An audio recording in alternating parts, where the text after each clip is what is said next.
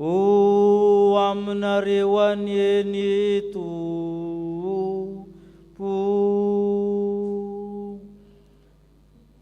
Ary eo amin'ny fanahena.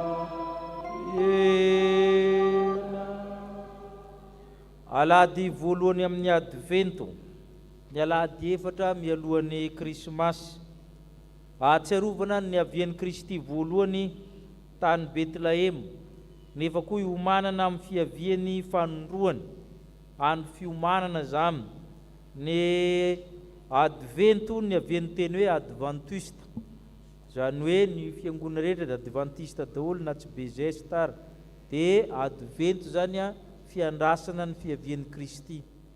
Ny raha fanampiny voalohany no raintsika dia Irosavatrany ny sampana amin'ny anohiny liturjia. Ny raha fanampiny voalohany.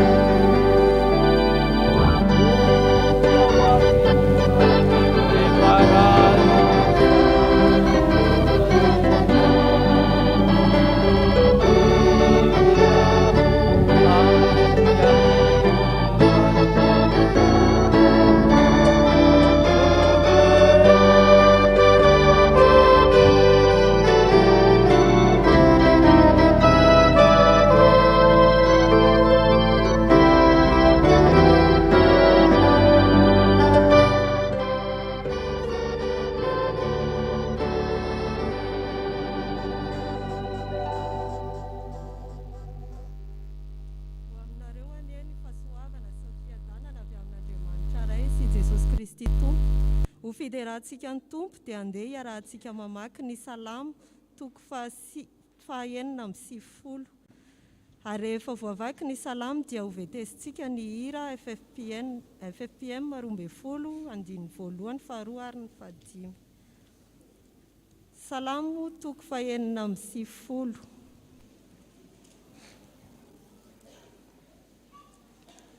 Rehefa hita izany dia ho vakintsika miaraka amin'ny anaran'i Jesosy. Mihira firam-baovao ho an'i Jehovah, mihira ho an'i Jehovah ary tany rehetra. Mihira ho an'i Jehovah, misaora ny anarany. Lazao isan'andro ny famonjeny mahafaly, ambarao any amin'ny jetilisa ny voninahiny, ary any amin'ny firenena rehetra ny fahagagany ataony. Fa lehibe Jehovah ka mendrika hoderaina indrindra, sady matahotra fa ambony Andriamanitra rehetra. Fa ny Andriamanitra ny firenena dia tsy nitsinona, fa Jehovah no nanao ny lanitra, fa mirapiratana sy voninahitra no eo anatrehany. Hery sy fahatsara tareny no eo amin'ny fitoerany masina. Ry firenena, manomeza an'i Jehovah, eny manomeza voninahitra sy hery ho an'i Jehovah. Manomeza an'i Jehovah ny voninahitry ny anarany, mitondra fanatitra ka mahasinesa eo amin'ny kianjany. Miankohofo eo amin'ny atrehan'i Jehovah amin'ny fiaingona masina, mangovita eo anatrehany ny tany rehetra. Lazao any amin'ny jetilisa fa Jehovah no mpanjaka, ary izao rehetra izao voron'olona ho fihetsika. Hitsara ny olona amin'ny fahamarinana izy. Aoka iroan'andriamanitra ary ny ravoravo ny tany. Aoka irondrona ny ranomasina sy izay rehetra ao aminy. Aoka ho faly ny saha sy izay rehetra ao aminy, dia ioby amin'izay ny hazo rehetra any an'ala. Eo anatrehany Jehovah fa avy izy, eny avy tsara ny tany izy. Itsara izao tontolo izao araka ny rariny izy, ary ny firenena amin'ny fahamarinana. Amen.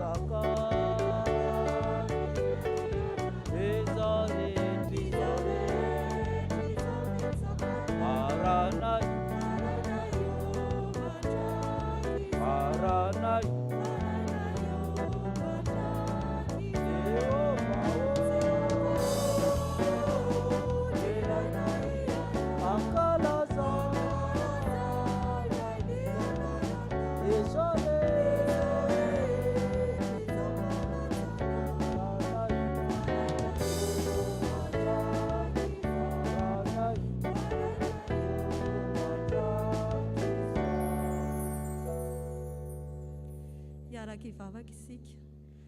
Tompo, faly sy ravo ny fonay noho ny fahasoavanao sy ny fitahianao ka nahatratra izao andro anio izao. andro izay iarahanay miombavaka aminao, anavaozanay ny fanomponay ianao sy tombon'ny finoana ato anatinay. Koa mangataka ny fanahinao masina izahay anatrehan'ny feno izao fotoana izao, ho fiderana sy fankalazana ilay tompo sy mpanjaka be voninahitra. Ny fotoana rehetra tompo, hatreo feno mba tsy tahaka ny idiranay teto no ivoahanay, fa ho tonga olom-baovao hiasan'ny fanahinao masina izahay. Amin'ny anaranao ilay mpamonjy tsara indrindra no anandratanay izany vavaka izany, ary mbola sitrakay ny ampiaraka izany amin'ilay vavaka nampianarinao manao hoe: Rainay izay any an-danitra, ho amasinany any anaranao, ho tonga ny fanjakanao, ataonay sitraponao ety an-tany tahaka any an-danitra. Omenay ny anasaza ho anay, ary mamelany elikay tahaka namelanay izay meloka taminay, ary aza mitondra anay amin'ny fakapanahy, fa manafana amin'ny ratsy, nao fanjakana sy ny hery, ary ny voninahitra mandrakizay. Amen. Afaka mipetraka amin'ny fiangonana.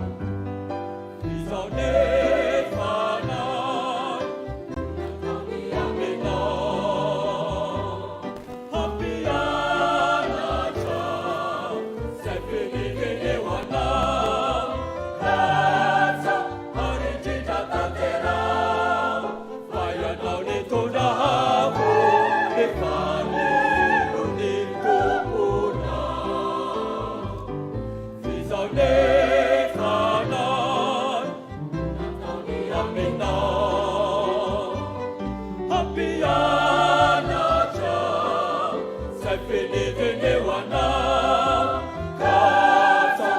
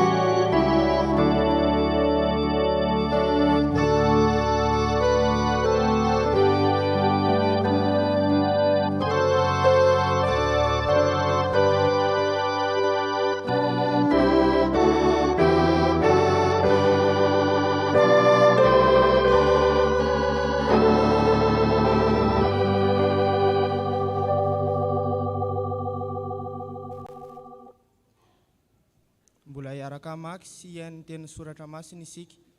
Izany dia hitantsika ao amin'ny Isaia 50 andininy fahaefatra ka hatramin'ny fahasivy.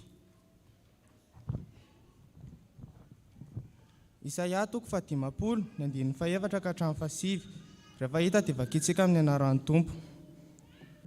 Jehovah tompona no mihay ny lelany efa mahay, mba aizako manao teny ampahatanjaka izay reraka. Ampandrenesiny isamaraina, eny ampandrenesiny ny sofiko, iainy tahaka ny efa mahay. Jehovah tompona nokatra ny sofiko, ary izao tsy naditra na ny emotra. Ny lamosiko natolotro ho an'ny mikapoka, ary ny takolako ho an'izay mpanongo-baoka. Ny tavako tsy nafeniko tamin'ny enatra sy ny rora, fa Jehovah tompo no hahamonjy ahy, ka dia tsy resik-enatra aho. Ary efa no hamafisiko ho tahaka ny afo vato ny tavako, ka fantatro fa tsy homenatra aho. Efa akaiky izay manamarinay. Iza no hiady amiko, andeha hiara-mitsangana isika. Iza no mananahady amiko, aoka izy ho avy amiko. Indro, Jehovah tompo no hahamonjy ahy. Koa iza no hanameloka ahy, indro, izy rehetra ho tonga tahaka ny lamba mangarahara, ho lanin'ny kalalao izy. Olety ny vaky teny.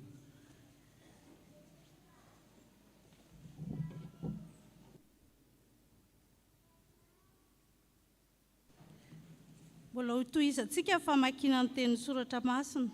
Izany dia ho hitantsika ao amin'ny epistily faharoa nosoratan'i Petera. Epistily faharoa nosoratan'i Petera, toko 7, andininy fahaefatra amby folo ka hatrany amin'ny fahavalo amby folo. Toko 7, andininy fahaefatra amby folo ka hatrany amin'ny fahavalo amby folo. Rehefa hitantsika dia vakiko amin'ny anaran'ny Tompo. Ko amin'izany ry malala, satria manantena izany zavatra izany ianareo, dia mahazo toa mba ho hita tsy manatsiny amampondro eo anatrehan'ny Tompo amin'ny fihavanana. Ary ny faharom-pon'ny tompontsika dia keo ho famonjena, tahaka ho voasoratry Paoly rahalahy malalantsika taminareo, koa araka ny fahendrena no mena azy. Tahaka ny nataony amin'ny epistily rehetra koa, fa milaza izany zavatra izany ao aminy izy. Ary amin'ireo dia misy zavatra saropatarina izay olonan'ny olona kely fahalalana sady tsy miorina tsara, tahaka ny anaovan'ny tenany sasany amin'ny soratra masina koa, ka mahatonga fahaverezana ho an'ny tenany. Koa satria fantatrareo rehetra raha teo izany ry malala, dia tandremo fandrao voan'ny fahadisoan'ny ratsy fanahy ianareo, ka ho lavo hiala amin'izay horenanareo, fa mitombo amin'ny fahasoavana sy ny fahalalana an' Jesosy Kristy, tompontsika sy mpamonjy, ho azy aneny voninahitra ankehitriny sy mandrakizay. Amen.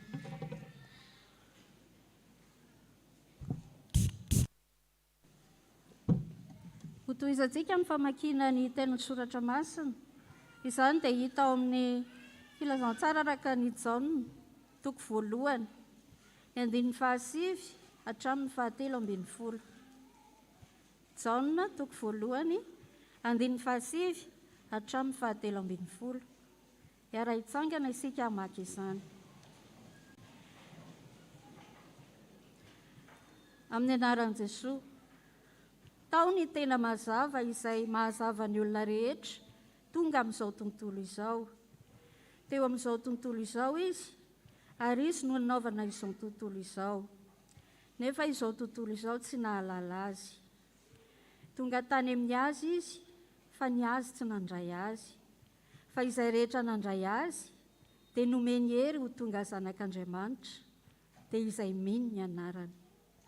Dia ireo izay tsy nateraky ny rà, na ny sitrapon'ny nofo, na ny sitrapon'ny olona, fa naterak'Andriamanitra. Amen. Ray masino, manamasinanay amin'ny fahamarinana, ny teninao ny fahamarinana. Amen.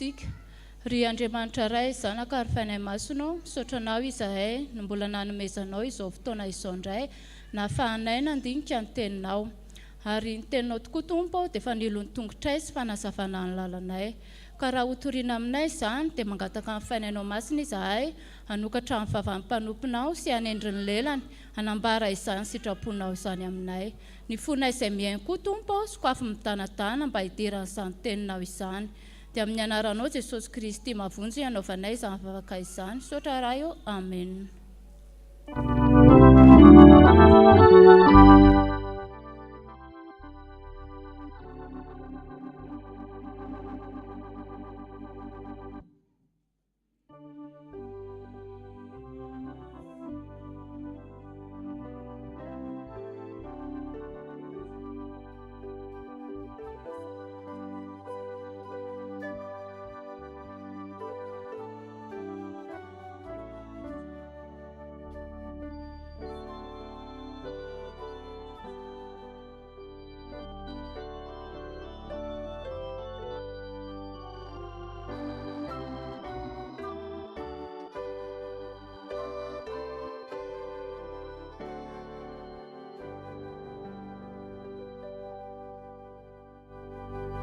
Toerana ianareo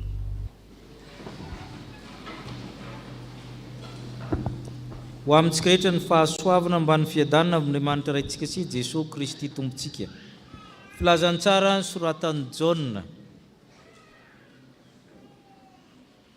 Ny filazantsara ny soratan'i Jaona dia manana endrika boky lahatsoratra famaranana na mémoire zany, misy fampidirana dia misy famaranana, misy fitarian-teny zany dia misy famaranan-teny. Ny lanjan'ny fitarian-tenin'ny Jaona io dia hafa mihitsy satria voalohany aloha ny voambolana rehetra ho hitanao mandritra ny filazantsarany Jaona rehefa mamaky ianao dia hitanao amin'io fitarian-teny io. Ka ny fitarian-tenin'ny Jaona dia ny toko voalohany andinin'ny voalohany ka hatramin'ny fahavalo-ambin'ny folo. Io natao hoe fitarian-teny ny filazantsarany Jaona. Ary zay mahoatra ny mémoire azy, ny voambolana rehetra ho velabelarin'ny Jaona anariana any dia hitanao eo. Raha mahitsika misy teny hoe mazava io dia anariana any i Jesosy miteny hoe zaho no fahazavany zao tontolo zao. Misy teny hoe fiainanao amin'ny any Jesosy ilaza hoe zaho ny lalana sy fahamarinana ary fiainana. Misy resaka maizina dia misy resaka maizina analoha aminy. Misy teny hoe vavolombelona dia misy teny hoe vavolombelona anariana aminy. 70 sanjato ny voambolana anatin'ny Jaona toko voalohany andininy voalohany ka hatramin'ny fahavalo-ambin'ny folo io ho azavaina mandritra ny filazantsarany Jaona manontolo. Ny hoe zanak'Andriamanitra dia teny verimberina ao. Zay mahafa ny hoe tena hafa mihitsy io fa tena mifatra tao na concentré ao ny voambolana ilain'ny Jaona ho azavaina ariariana ary hatramin'ny teny hoe mahalala, teny hoe mino, ny teny hoe nofo, ny teny hoe fahasoavana ho hitantsika ao aloha ao. I mampiavaka ny ity fitarian-teny ity koa dia izy mifandray amin'ny bokin'ny Genesisy. Vakitsika amin'ny toko voalohany amin'ny andininy voalohany hatramin'ny fahatelo. Vakitsika hoe andininy voalohany hatramin'ny fahadimy tsy maninona. Vakitsika tamin'ny voalohany ny teny ary ny teny ary ny teny dia Andriamanitra. Izy dia tao amin'Andriamanitra tamin'ny voalohany. Izy nahariana ny zavatra rehetra, ary raha tsy izy dia tsy nisy nohariana ny zavatra ary izao na dia iray azy. Izy ny nisy-piainana ary ny fiainana ny fanazavana amin'ny olona, ary ny mazava dia mihirapiratra tao amin'ny maizina fa ny maizina tsy nandray azy. Dia raha indray ny baibolinao Genesisy toko voalohany andininy voalohany hatramin'ny fahadimy. Andininy voalohany hatramin'ny fahadimy. Vakitsika tamin'ny voalohany Andriamanitra nahary ny lanitra sy ny tany, ary ny tany dia tsy nisy endrika sady foana, aizina tambonin'ny lalitra, ary ny fanan'Andriamanitra nanomba tambonin'ny rano. ary Andriamanitra nanao hoe misy mazava dia nisy zany, ary hitan'Andriamanitra fa tsara ny mazava, ary nampisaran'Andriamanitra ny mazava sy ny maizina, ary Andriamanitra nanao hoe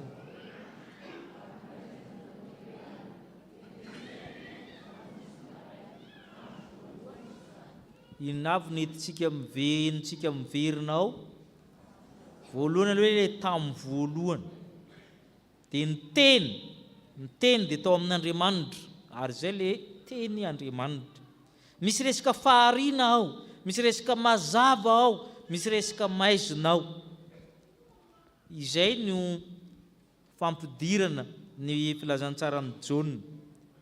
Fa ny lohevitsika dia hoe miomana ny ray ny mpamonjy, satria advento izy ao fiomanana amin'ny fiavian'ny Tompo. Inona moa no ambarany advento amintsika amin'ny alalan'ny filazantsarany Jaona hoe maninona moa tsika miomana any ray ny mpamonjy, izay fanontaniana izay valitsika amin'ny 7 ka hatramin'ny 7 ny vakina teo. Filazantsarany Jaona zany kelikely ohatran'iny soratra fa nivoambolana tsiraray avy ao mamina heviny matanjaka be avokoa. Ny zavatra voalohany amin'ny fiomanantsika zany dia mba hahalala ny mazava isika, mba hahalala ny mazava. Ny teny hoe mahalala ao amin'ny Jaona dia tsy mitovy amin'ny teny tsotra. Connaître amin'ny teny frantsay io zany sady miray ny mahafantatra, iada amin'ny teny hébreu. Io zany mahalala ny mazava, mba iray amin'ny mazava ny dikan'izay, mba ino ny mazava, mba hanray ny mazava. Teny mahalala manko ampiasaina amin'Andriamanitra sy ampivady aminy, misy dikany io. Dia vakitsika ny 7 hatramin'ny 1 amin'ny Jaona voalohany amin'ny filazantsara vakitsika. Tao ny tena mazava, izay mazava amin'ny olona rehetra tonga amin'izao tontolo izao.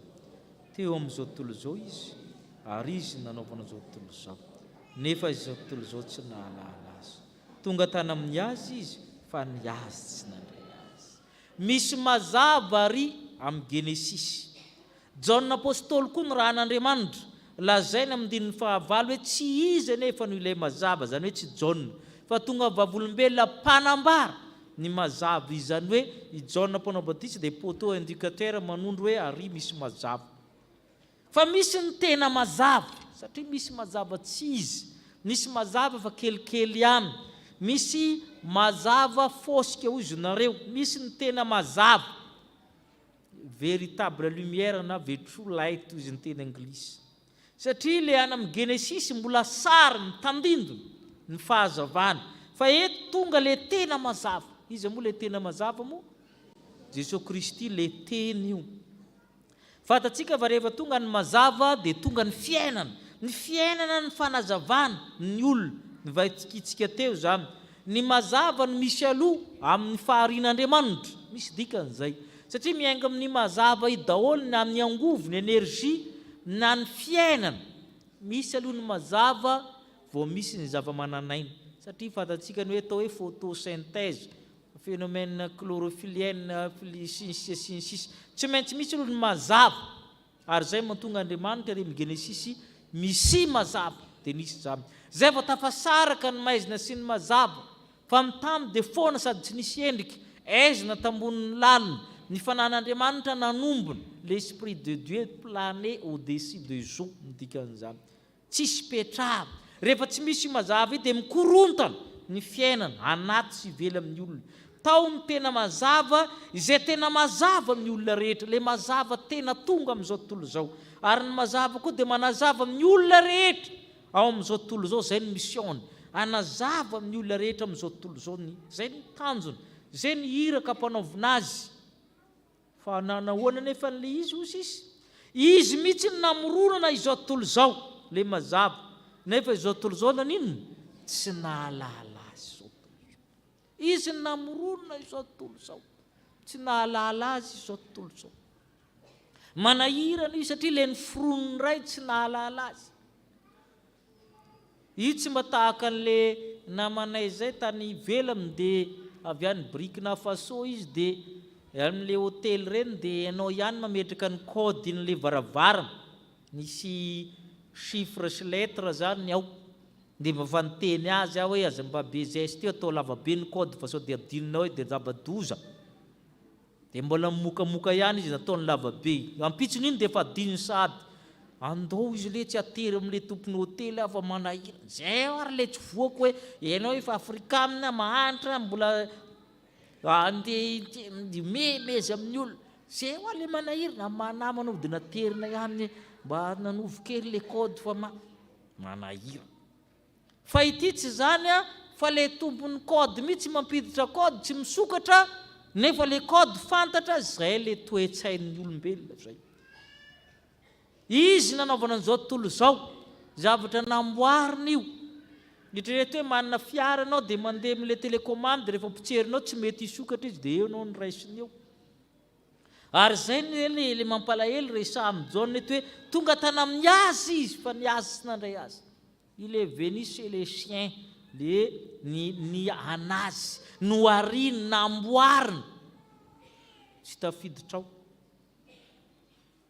Izay ny manahirana. Ohatrany hoe nanaka gardien anao ny andro tanànanao fa naraka tsara ny karama, nandeha anao ny tournée afaka ray volana tsy ampidirin'le ry ianao tsy izy io izy. Dia ahoana tsy ho tezitra ve ianao? Tsy nahalala azy zao tontolo zao. Ary zay mahatonga antsika amin'ny andro ny fiavian'ny tompo mba isan'le mahalala isika. Ny jiosy tsy nahalala azy, ny ankamaroan'ny olona tsy nahalala azy, ka manjary voavilivily isika rehefa tsy mahalala ny iza marina le mazava. Ary zay nahitsy ny Petera amin'ny Petera faharoa toko fahatelo ny andininy fahafito ambin'ny folo. Andininy fahafito ambin'ny folo amin'ny Petera faharoa toko fahatelo vakitsika. Ko satria fantatra io rahateo zany ny malala. Tatandremo sao voataona ny fahadisoan'ny ratsy fanahy ianareo ka ho lavo hiala amin'izay ny toerana. Rehefa tsy mahalala le mazava ianao dia lavo miala amin'ny fahasoavana ka tandremo fa ianareo efa nahafantatra. Ary matoa ny olona mandany mazava io jaune, zay le jaune zavainy oloomako le mazava miveriny ao, misy zavatra tsy tsaratsara ataony. Matoa milefalefa mazava, misy zavatra fenipenina. Jaune toko fahatelo. Jaune ihany toko fahatelo ny andininy fahasivy ambin'ny folo hatramin'ny faha 120. Zay tsy mandray le mazava io zany dia efa voaheloka. Misafidiny maizina. Jaune toko fahatelo andininy fahasivy ambin'ny folo ka hatramin'ny faha 120 avakitsika. Ary zao ny fanemeloana. Fa tonga tamin'izao tontolo izao ny mazava nefa len'ny olona ny maizina toy izay ny mazava. Satria ratsy ny asany. Fa izy rehetra manao ratsy dia mankala ny mazava. Ka tsy manatona ny mazava fa andao hita miariary ny asany. Fa izay manao ny marina kosa dia manatona ny mazava mba haseho ny asany fa atao amin'Andriamanitra. Efa miala n'le mazava satria ratsy ny asa. Nisy zavatra fenipenina ao dia tsy mahatanty an'le mazava. Ary zay ny manahirana. Misy tranomaizina anankiray any velany tsy maizina ny ao takany amintsika fa mazava. Dia rehefa natao le izy dia marary foana le olona io rehefa elaela. Satria kay zany le rehefa natao zany ny fandinihana zany dia misy fiandraikany mafy be amin'ny psikolojikany zany le mazava. Na amin'ny zavatra nataony na amin'ny inona dia le mazava zany tsy zaka kokoa. Aleo ihany kay zany trano maizina toy izay trano mazava. Manahirana zany fa zay ny hitan'ny siansa zany hoe malaky maty le olona. Io olona migadra io raha atao amin'ny trano mazava dia malaky maty. Misy dikany matoa io nataon'ny trano maizina fa tsy hoe kahitra jirama izy. Fa malaky maty kokoa izy. Tsy mahazary indrindra fa raha izy no meloka. Dia izay le hoe misy olona zany tsy mahalala, tsy mahazaka ny toeran'ny mazava. Mila mahalala ny mazava isika miray amin'ny mazava. Zay ny zavatra voalohany. Fa ny zavatra faharoa rehefa mandray le mazava ianao mahalala ny mazava dia misy zavatra tombony hafa koa omenanao dia ny mahazanak'Andriamanitra. Verenantsika ny Jaune toko voalohany teo andininy faharoa ambin'ny folo sy ny telo ambin'ny folo. Andininy faharoa ambin'ny folo sy ny telo ambin'ny folo. Vakitsika aminaran'ny tompo fa izay rehetra nandray azy dia nomeny hery ho tonga zanak'Andriamanitra dia izay mino ny anarany. ireo izay tsy nateraky ny raha na ny sitrapon'ny nofo na ny sitrapon'ny olona fa nateraka Andriamanitra. Izay rehetra nandray azy kosa dia nomeny hery, autorité na puissance na non na anarana, fahefana sy hery ary anarana ho tonga zanak'Andriamanitra. Ny zanak'Andriamanitra dia manana hery ao anatiny ao avy amin'ny Andriamanitra.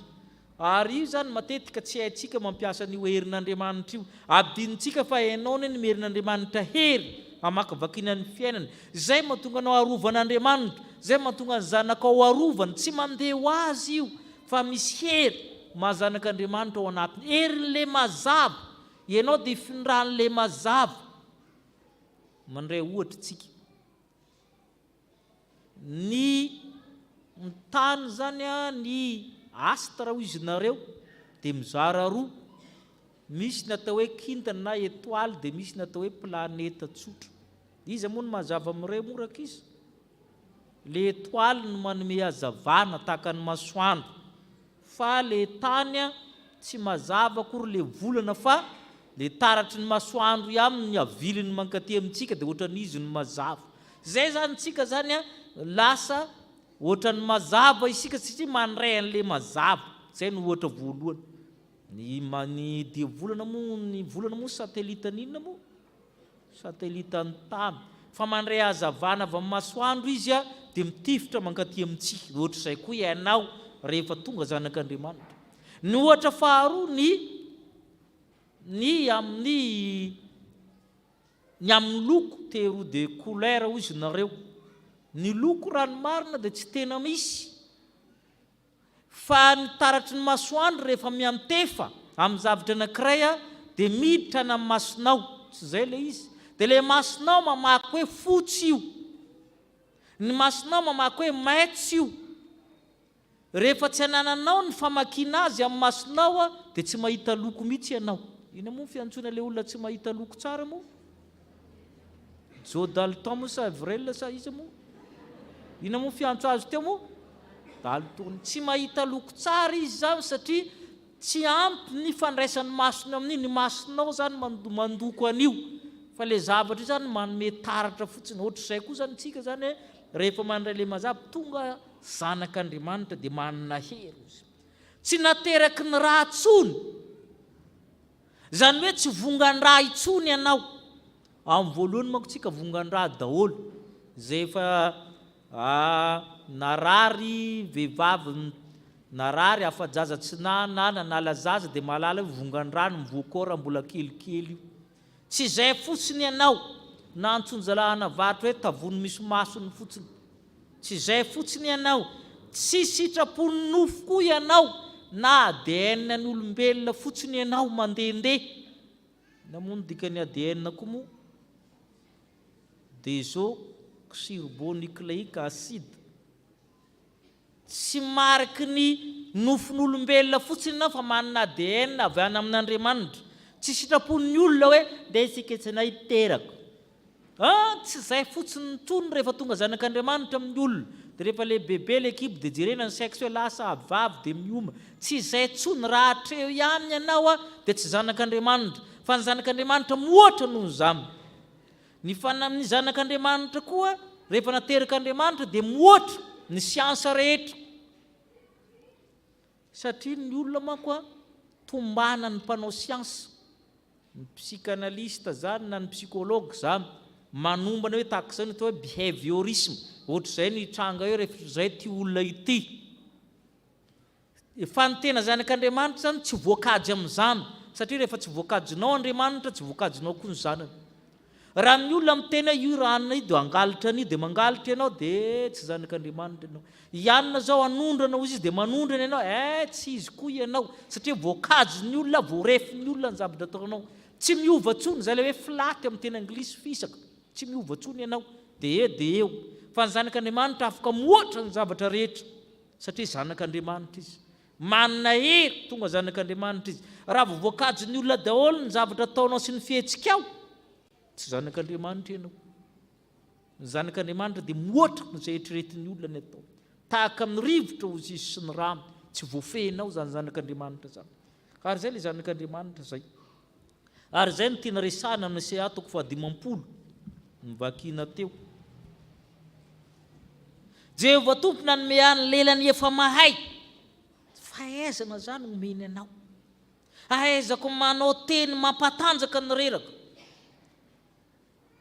teny zay lela zay vava zay, fampandrenesiny koa ny sofiko iaina, za afaka miaina mahay mampiasa ny 5 organes d'essence noho ny amin'ny mahazanak'Andriamanitra, manokatra ny sofiko mihitsy izy, ary za tsy matahotra faizina rehefa maditra na rehefa tokony faizina, ny milamosiko izy na tolotro ho an'ny pokapoko, tsy mandositra, fantatra fa tokony faizina, tokony ahitsy l'homme est un apprenti, la douleur est son maître.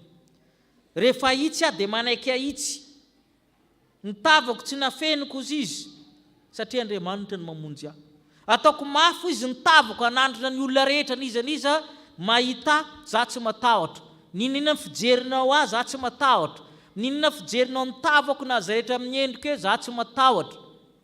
Zanak'Andriamanitra zany tsy matahotra ninona amin'izao fotoan'izao, le tahotra io manko mahafaty, le mahamenatra, rehefa tsy mitovy amin'ny olona dia menatra, zay ny manahirana, tsy mety anitra nataka an'izany fa tsy mitovy aman'olona, tsy matahotra an'izany aho izy, efa nao fisiko tahaka ny afovaty ny tavako ka tsy menatra, ary iny manahirana amin'izao na mampianatra ankizy na nitaka an'izany dia tsy manahirana, tsy mety aterina amin'ny fiara izy rehefa kadroadroka le fiara anateranao azy, misy manao an'izany ny ankizy atao lavidavitra io izy dia efa miala aho izy, satria le namany ahy tsy mitondra mamiratra be, zay le tsy mety, tsy toe-tsainy zanak'Andriamanitra zany, zanak'Andriamanitra tsy matahotra ny mahizy azy, ary zay ny teneny amin'ny dininy fahavalo, mitsangana zay ady amiko izy andao hiara-mitsangana hozy izy, zany misoratra ao iza ny ady amiko izy dia ahoana mitohiny, andeha hiara-mitsangana amiko, iza ny manana ady amiko, aoka ho avy izy hozy izy, tsy matahotra fiainana ny zanak'Andriamanitra,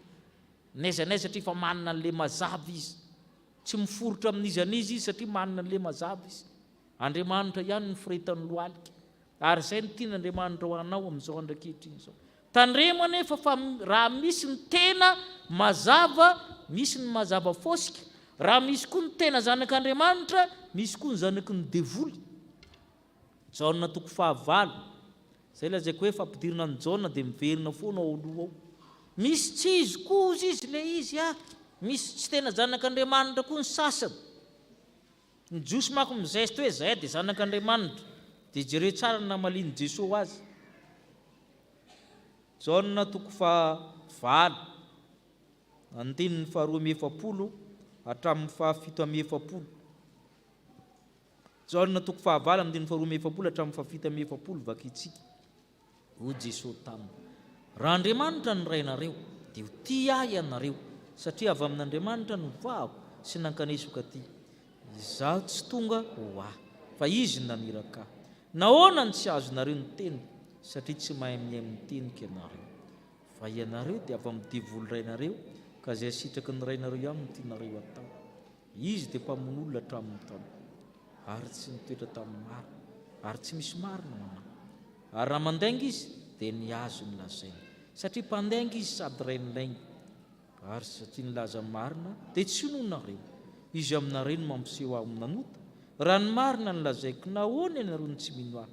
Fa zay avy amin'Andriamanitra dia mihay amin'ny tenin'Andriamanitra, ary za tsy hainonareo, satria tsy mba avy amin'Andriamanitra ianareo. Misy famaritana vitsivitsy nomeny Jesosy. Raha Andriamanitra ny rainareo, manina itsika tsy mitovy langage ho Jesosy.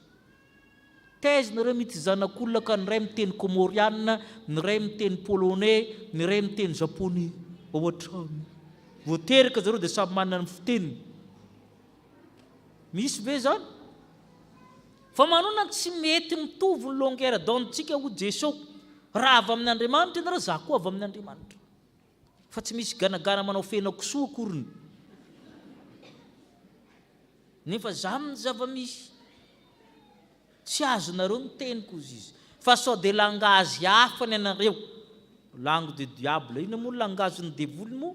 Ny lainga ny teny pirenen'ny devoly, zay ny teny reny avy amin'ny devoly dia ny lainga. Raha mpandainga ianao atadio fa zanaky ny devoly. Mazava tsara io teny io, mazava tsara tsy foronona io amin'ny hitatsika tsara io, amin'ny andininy faefatra mefapolo hoe ianareo dia avy amin'ny devoly rainareo zay dia setriky ny rainareo nataonareo izy mpamonolatra amin'ny taloha ary tsy mitoetra amin'ny marina ary tsy misy marina ho aminy raha mandainga izy c'est sa propre langue ny azo ny lazainy efa normal izy tsy mandainga arany mahagaga ary misy olona manao an'izany marina tena tsy matoky azy ianao dia mbo tsy nandainga izy tamin'iny fa misy olona zany tena manao ohatran'io tena io no asany isan'andro mandainga ka na ny marina lazainy ary manahirana fa tsy zany ozy izy io Jesosy le izy zay avy amin'ny Andriamanitra dia miaino ny tenin'Andriamanitra amin'izao advento zao ry havana dia miomana indray mitompontsika mba halala ny mazava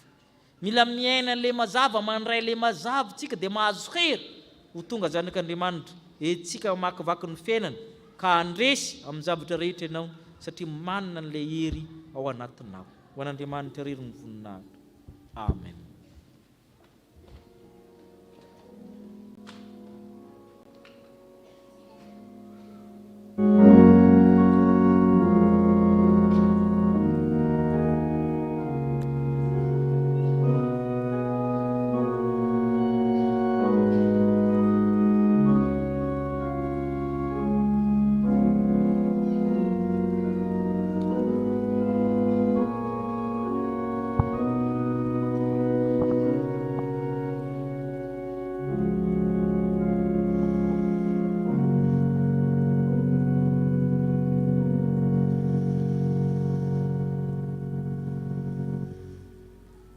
ry havana malala rehetra amin'ny tompo manoloana izany sitrapon'Andriamanitra izany dia mahatsiaro tsy tanteraka isika ko andeha isika ifona eo anatrehan'Andriamanitra ny amin'izany tsy fahatanterantsika izany hivavaka isika. Andriamanitra ray zanaka fanahy masino misaotra mankasitraka anao zahay fa Andriamanitra tena tianay ianao ary dia porofonao aminay isan'andro san'andro amin'ny alalan'ny teninao sy ny sitraponao izany fitiavanao izany.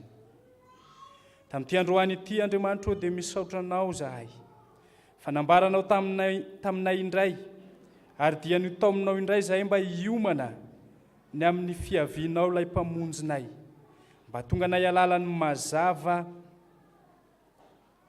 dia ianao Jesosy Kristy ilay fahazavana izao tontolo izao. Mitaona anay ianao mba hiray aminao, hino anao satria ianao ilay mazava. Andriamanitra manoloana izany rehetra izany dia mifona aminao zahay satria firifiry tokoa ny teny manambara ny fahazavanao reny sofinay. Impirimpiry tokoa izay nefa nanambarana ny sitraponao mitantara sy milaza izany fahazavanao izany fa toa tsy mba noraisinay. Izay tokoa nefa ilay efa noarinao, namboarinao, olonao, ianao mihitsy nanamboatra anay, kanefa ninitsy nandray ny fahazavanao zahay. Dia mifona aminao izay Andriamanitra mamelany elokay, mamindra fo aminay ny amin'ny tsy fahantanterahanay.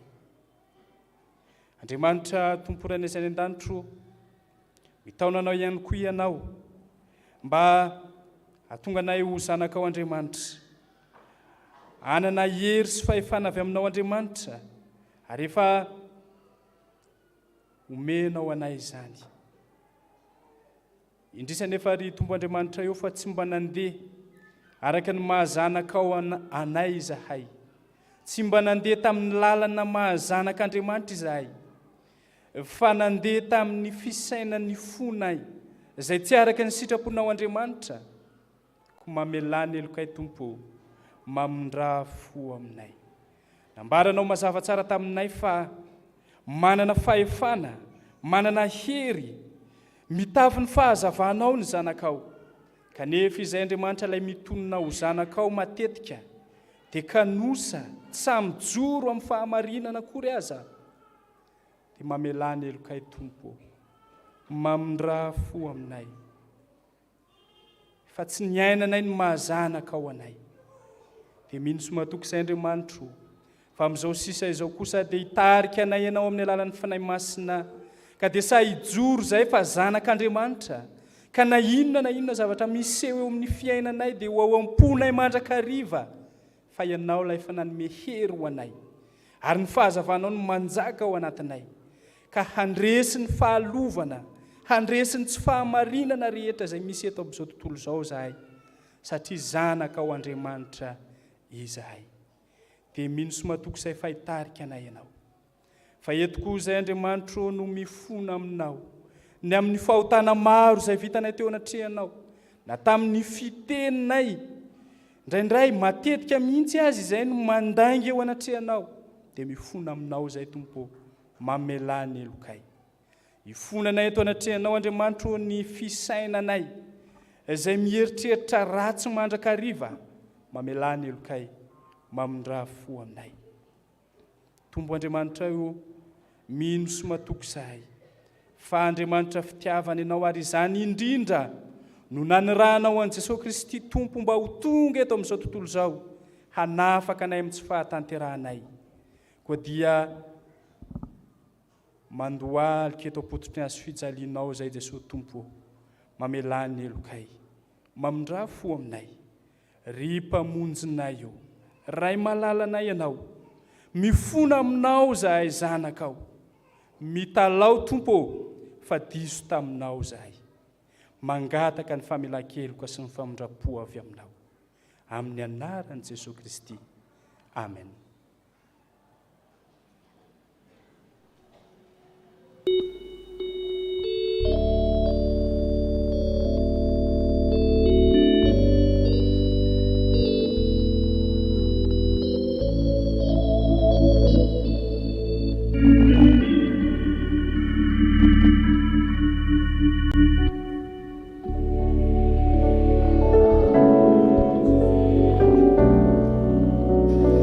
you.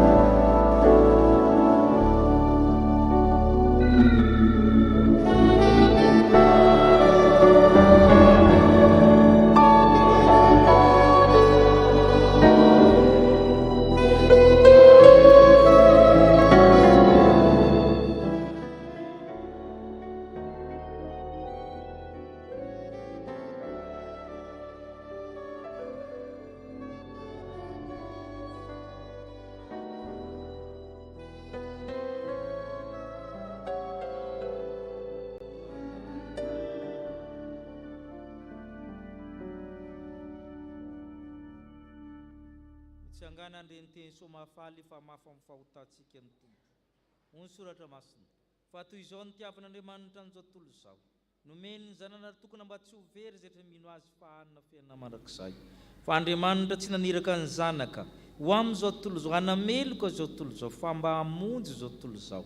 Izay mino azy dia tsy ho elohana. Noho izany dia voavela sy voafafa koa ny fahotanareo noho ny aminaran'i Kristy Tompo, samy amideran'ny Tompo ianareo. Sambatra ny olona izay voavelony ny herin'ny sy voasana ny fahotana. Sambatra ny olona izay tsy hain'i Jehovah eloka ary tsy misy fitakany fanahiny. Amen. Horaintsika amin'ny mpifaliana ny hira voalahatra 720.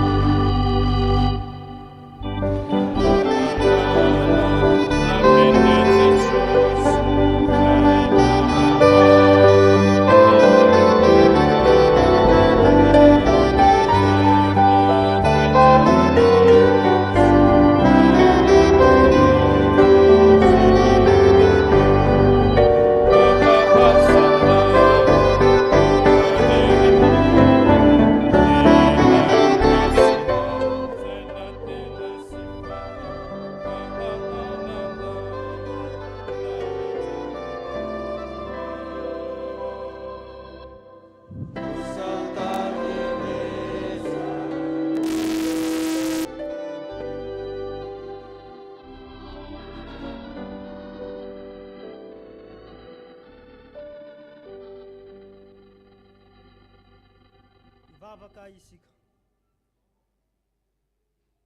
Andriamanitra rainay eo, misaotra anao izahay. Ny amin'ny teny izay omena ho anay, fifaliana sy hery lehibe ho anay ary ny finoanay ny teninao. Ko ankehitriny, nambarana ato aminay. Ny olona miomana handray ny mpamonjy dia mila mandray ny mazava sy aina amin'izany mazava izany. Ary tombony omena ho anay izany fahazavana ao izany. Handraisana ny hery sy fahefana mba hahatonga anay ho zanak'Andriamanitra. Vavaka aminao izay ankehitriny Andriamanitra.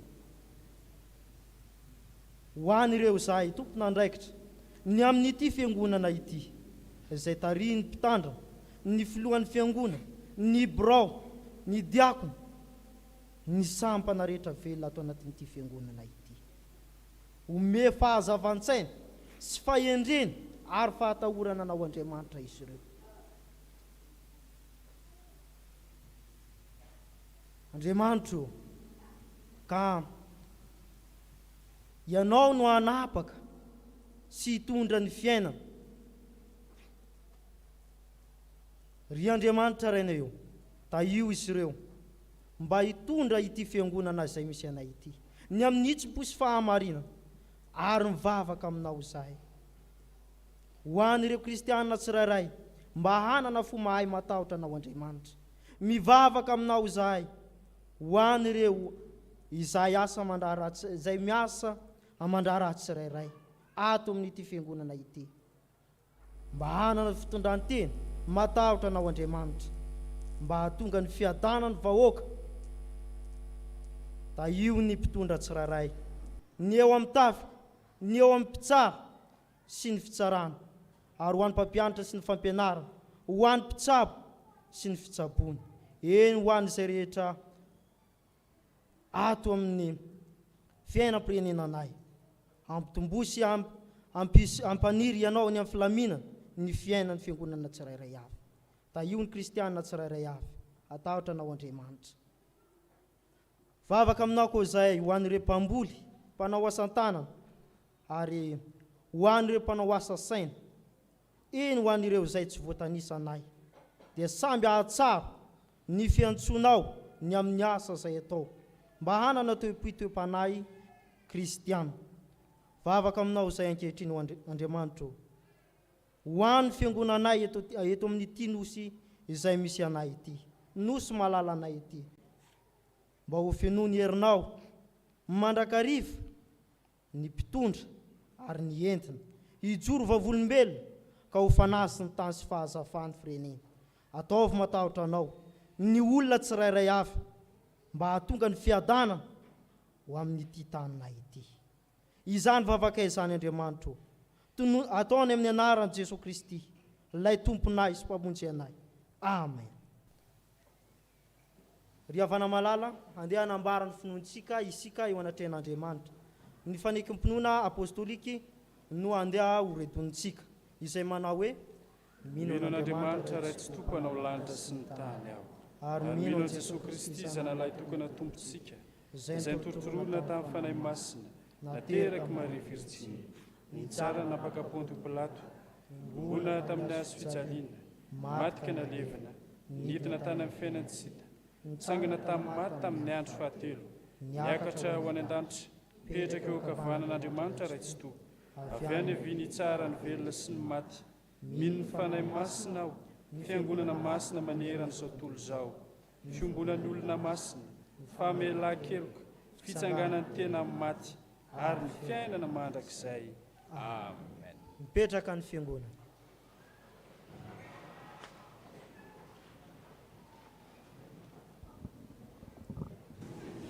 Jesosy vato fehizoro ny andinin'ny voalohany io manantsika amin'ny sakramentan'ny fanasan'ny tompo ira fanampin'ny fahatelo andinin'ny voalohany.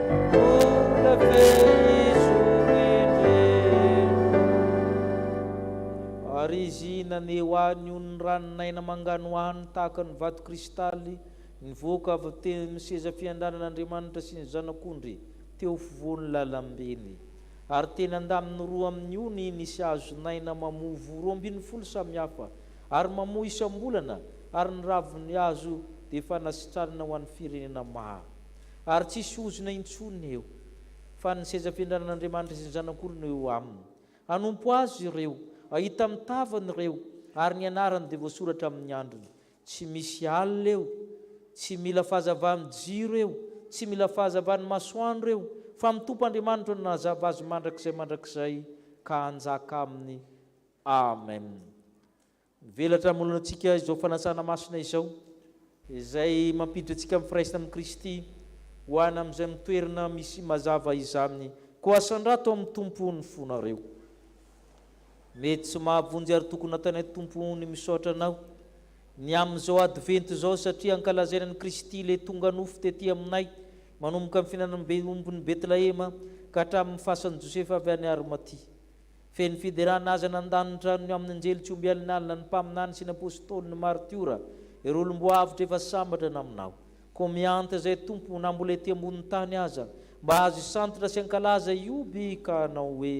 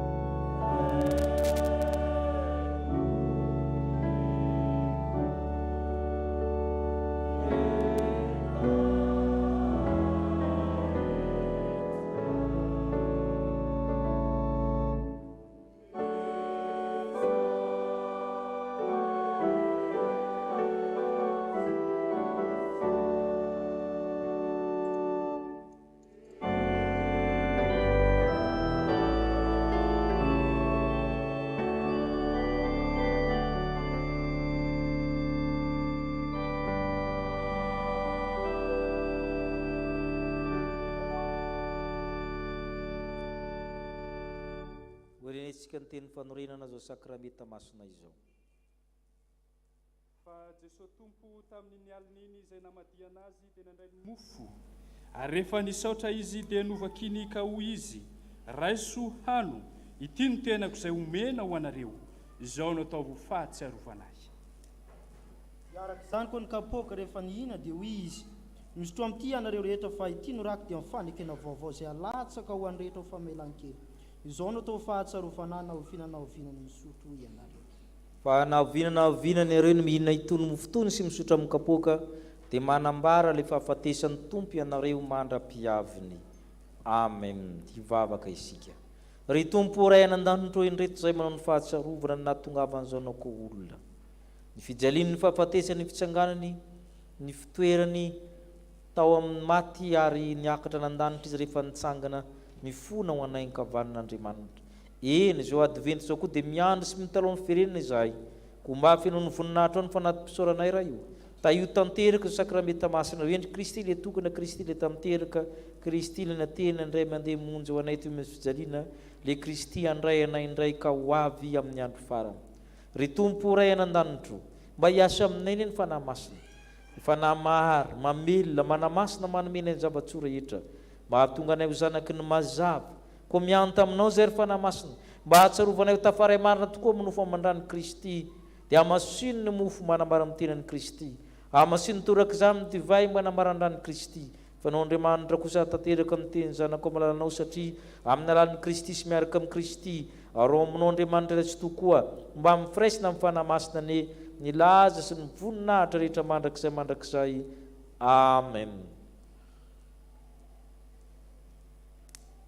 Ny mofo zavakitsika dia firaisana amin'ny tenan'i Jesosy Kristy tompontsika izay novakina ho antsika. Satria iray ihany ny mofo, isika rehetra koa dia tena iraina dia maro aza, fa isika rehetra samy mandray avy amin'izany mofo iraizany avokoa. Ny kapoaka amin'ny fisaorana izay sorantsika dia firaisana amin'ny raha Jesosy Kristy tompontsika, ny rano fanekena vaovao izay alatsaka ho antsika. Fa izay rehetra nandray azy dia nomeny hery ho tonga zanak'Andriamanitra. Hoy Jesosy Kristy tompo andeha fehifavoatra avokoa izao ny zavatra rehetra. Amen. Hipetraka isika no nira voalahatra ambizarana ny mofo sy ny kapoaka.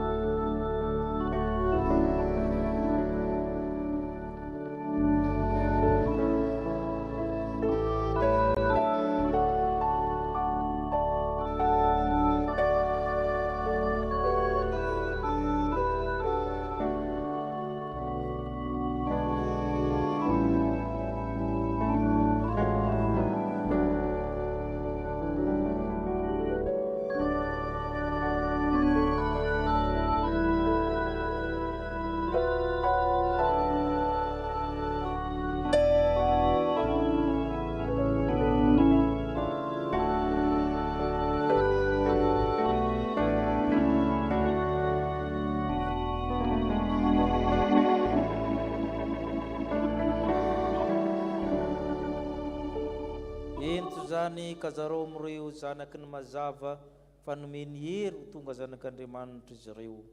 Amen.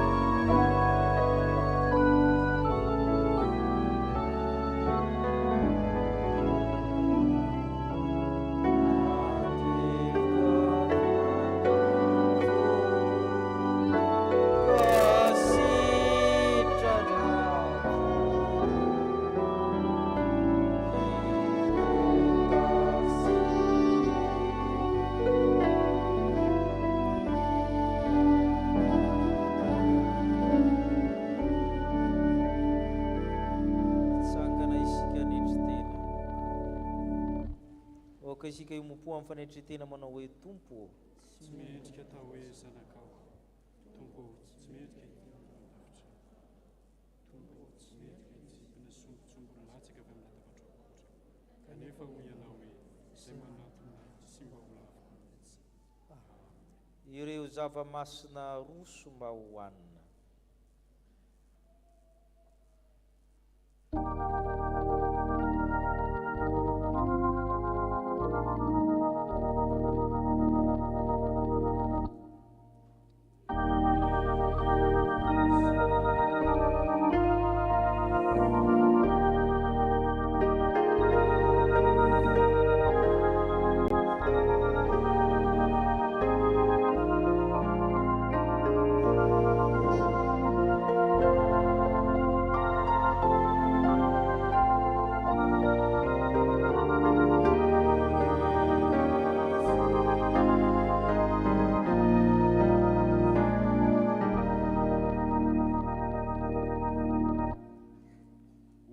Jesosy Kristy ilay mitaona sy mitarika antsika hahalalany mazava hoe raiso hano ity ny tenako izao no ataovo fahatsiarovanahy.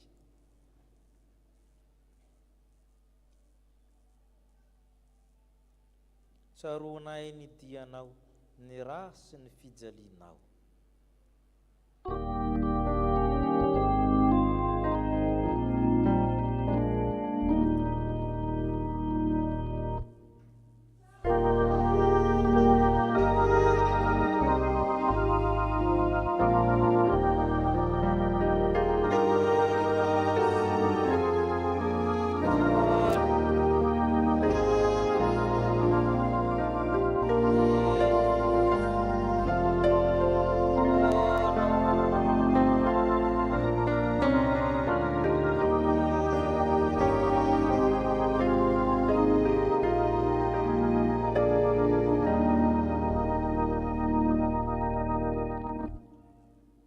Jesosy Kristy izay manome hery sy fahefana antsika hoe sotroana rehetra ity fa ity no rako dia mifanekena vaovao izay alatsaka ho an'ny maro famelan-kely.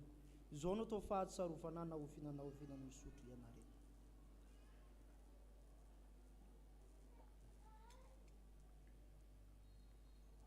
Misaotra anao izay tompo hevina indray arak'izay mety. Sakafo mahavelona raha ny mpanahy izay tandondiny azonay nanandanitra izay manasitrana retina rehetra, manavotra ny ainay tsidina nandavaka, ny fahatanorana mody indray toy ny any voro mahery. Jehovah mahery totoa, iza ny ady aminay. Misaotra tompony amin'ny fitiavanao. Amen.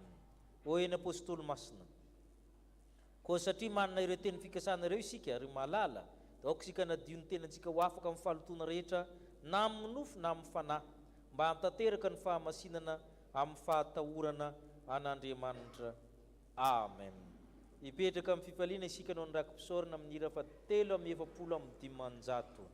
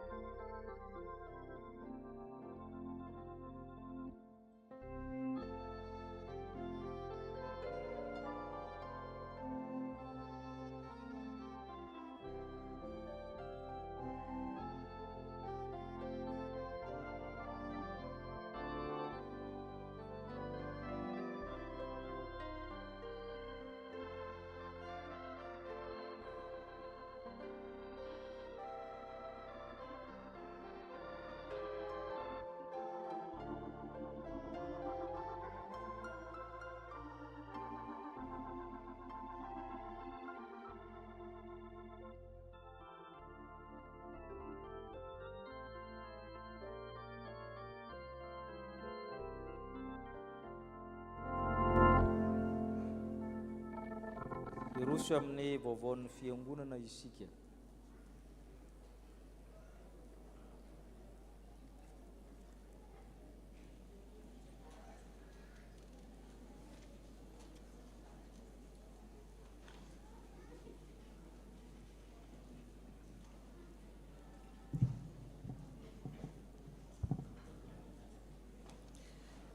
Dia ampitomboina amintsika rehetra ny heriavana, ny fahasoavana sy ny fiadanana avy amin'Andriamanitra ray antsika sy Jesosy Kristy Tompo. Amen. Toy izao indray ny vaovao iray izao marain'izao avy amin'ny mpitandrina sy ny biraon'ny fiangonana. Fampatsiahivana sy fanentanana antsika mpianakavin'ny finoana rehetra. Ho fitandrovana ny fahasalamantsika tsirairay avy dia entanina isika mba hametraka hatrany ny aro vavaorona indrindra mandritra ny fanompam-pivavahana. Entanina ihany koa ny dekolina tompony anjara amin'ny fizarana gel eo ambaravarana. Ampatsahivana ny sampana rehetra fa amin'ny alahady heriny anio no farafandraisana nisan'ny mpiambana mandray anjara amin'ny fety krismasy, izany dia anomanana ny vatomamy. Vaovao avy amin'ny sampana VFL. Misaotra an'Andriamanitra, ny mpitandrina, ny biraon'ny fiangonana fa totosa soamatsara ny lavantekira izay nataon'izy ireo maly teny amin'ny FJKM Ialanana Ambohidratrimo ka nahazahoany ny laharana voalohany. Anio hariva amin'ny roa sasany dia nandeha natanteraka fanasana any amin'ny atema avy any amin'ny chapelle militaire Ivato ny sampana. Ho an'Andriamanitra ny voninahitra. Avy amin'ny sampana fifoazana, alahady faefatra anio ka misy ny asa sy fampahirezana ho tanterahana. Sampana mpanazava stily. Ho fanomanana ny jobily fahazato taona ny tily eto Madagasikara izay ankalazaina amin'ny taona 2024 dia isy fivoriam-be ho fananganana ny komity fahazato taona ataony sabotsy 3 Desambra 2024. Manomboka izany amin'ny 7 ora maraina eny amin'ny LTC Ampefilo. Ireto avy no asaina hiatrika izany. Komity mpivondronana rehetra, ireo tily tranainy rehetra isam-pivondronana, ny FMT2S dia manantena ny fanaovantsika izany fotoana izany ho zava-dehibe ny komity partany sy ny filoha partany tily Analamanga afovoany. Avy amin'ny sampana sekolelady, miverina ny sekolelady sy ny ratsana-tany-ketsa anio hariva amin'ny 2 ora sasany. Avy amin'ny sampanasa AFF. Avy amin'ny AFF Foibe. Ny AFF Foibe dia mikarakara fiofanana ho an'ny mpitarika sampana rehetra izay ho tanterahana eny amin'ny FJKM Betesda Alasora ny 2 sy 3 Desambra ho avy izao. Koa manasantsika rehetra natrika izany fiofanana izany. Ho fanomanana ny herinandro sambatra kosa dia miverina ny AFF ny alarobia sy zoma amin'ny 5 ora sasany hariva eto am-piangonana. Voninahitra ho an'Andriamanitra. Dia toy izay indray vaovao iray alohan'ny andriavana, voninahitra ho an'Andriamanitra irery ihany.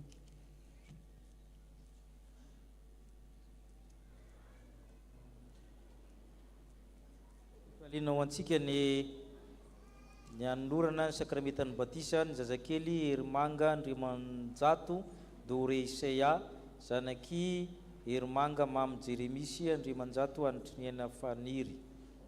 Asa ozy mianakavy. Ho anatin'izany koa ny lolana sakramentan'ny batisa ny Herimanga Mamy Jeremy. Ireto avatsika reto hoentina mbavaka ho atokana ho isan'ny mpanefanasan'ny tompo amin'ny alahady voalohany volana izao.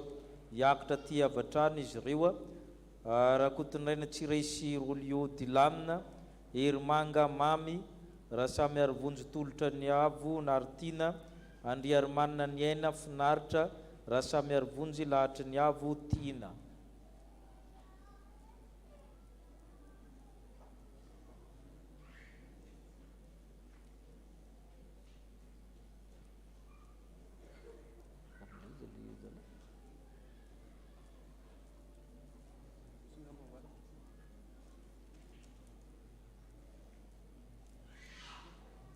Todika ty anareo ivavaka isika. Misaonanao zay tompony amin'ny fahasoavanao zay anolorana azy reto isan'ny mpanefana samy tompo. Ianao nanamasina, ianao ny safidy izay ho tenenao no amin'izany. Fa nanjarana fiangonana dia ivavaka ho azy ireo mba ho tonga zany andro zany ka aneo ny fahamasinana amin'izy ireo ianao ary hitantina ny fiainany. Tahio ny fiomanana ara-batana ara-tsaina ara-panahy mba ho tanteraka amin'ny anaranao izany fotoana izany. Amen. Mahazo toerana ianareo. ireto avatsika reto amasinina fanambadiana hoentina mibavaka raha soanay vonjatovo vonjaka danisy raha soanay tsara ny aina andy mania raha be ary miadatso tanjona ny miasy raha tsy mazafy sara reo izy ireo a dia mivavaka anareo ny fiangonana saora tompo ampatsahibontsika fa amin'ny fotoana maraina dia misy an'le azakazaka famakina baiboly amin'ny folo tokony efa tsisy mitabataba tsony a efa tafajanona ny sekoly alahady a fa misy famakina baiboly mito zany ianao koa rehefa raha te amaky andray anjara afaka misoratra nary nao amin'ny brao na amin'ny katekomena famakina baiboly mitoy boky inona motsika zao boky Isaia zao no vakina eo a isaky ny alahady amin'ny fidirana dia mitoy amin'ny boky hafa izany zay te amaky zany dia afaka misoratra narinao ny vaovao avy any velany misy ny jobilina mitandrina raha volon'ny tsonina Estera mpampianatra ary amin'ny fakulté de théologia misy ny valopy fandraisana anjara zay entin'ny dekona mandehandeha aminy a azotsika andraisana anjara fanohanana zany mpanompon'Andriamanitra izany ny séminaire ampahibe koa le mpianatra pastera zany a dia mangataka fanohanana amin'ny fizarana vatomamy sy kilalao ho an'ny ankizy krismasy a ho an'ireo zanaky ny mpianatra ho mpitandrina zany a dia manintona antsika izy ireo andray anjara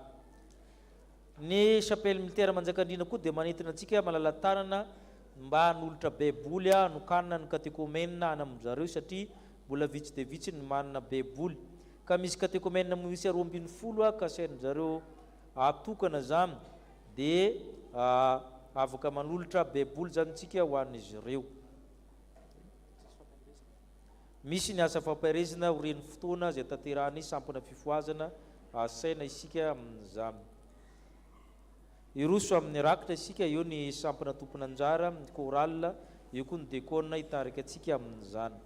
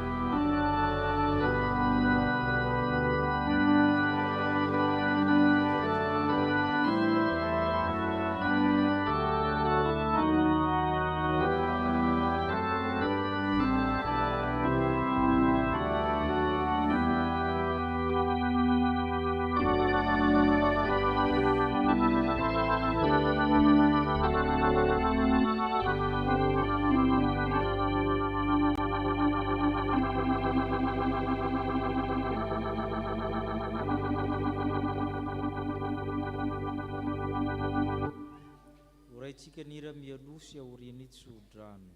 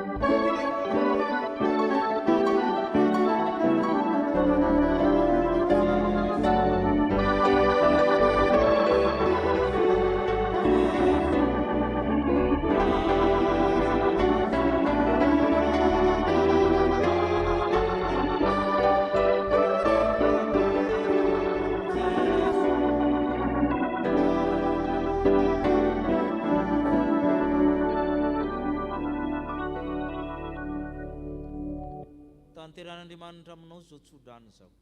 Ary Andriamanitra ny fiadanana masina anareo samy tanteraka, iaro ny ainareo izy, iaro ny tokantranonareo izy, iaro ny zanakareo izy. Hitanteraka tsy hanantsiny ianareo fiavian'i Kristy tompontsika. Ho tahina raha mandeha, ho tahina raha mitoetra.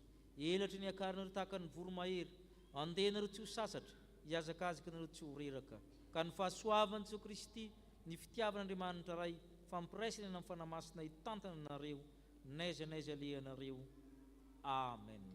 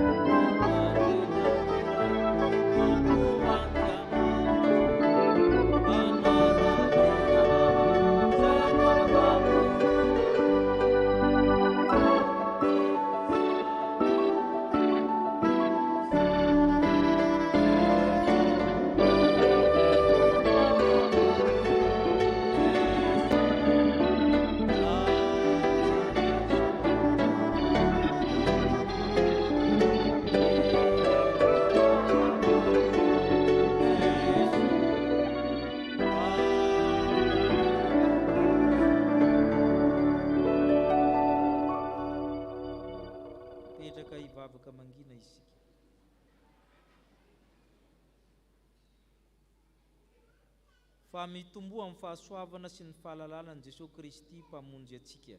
Ho azy ane ny voninahitra ankehitriny, ho an'Andriamanitra irery ane ny voninahitra, amin'ny anaran'ny ray sy ny zanaka ary ny fanahy masina. Misaotra ny sampana rehetra nanaraka ny fandaminana tamin'ny fanamiana.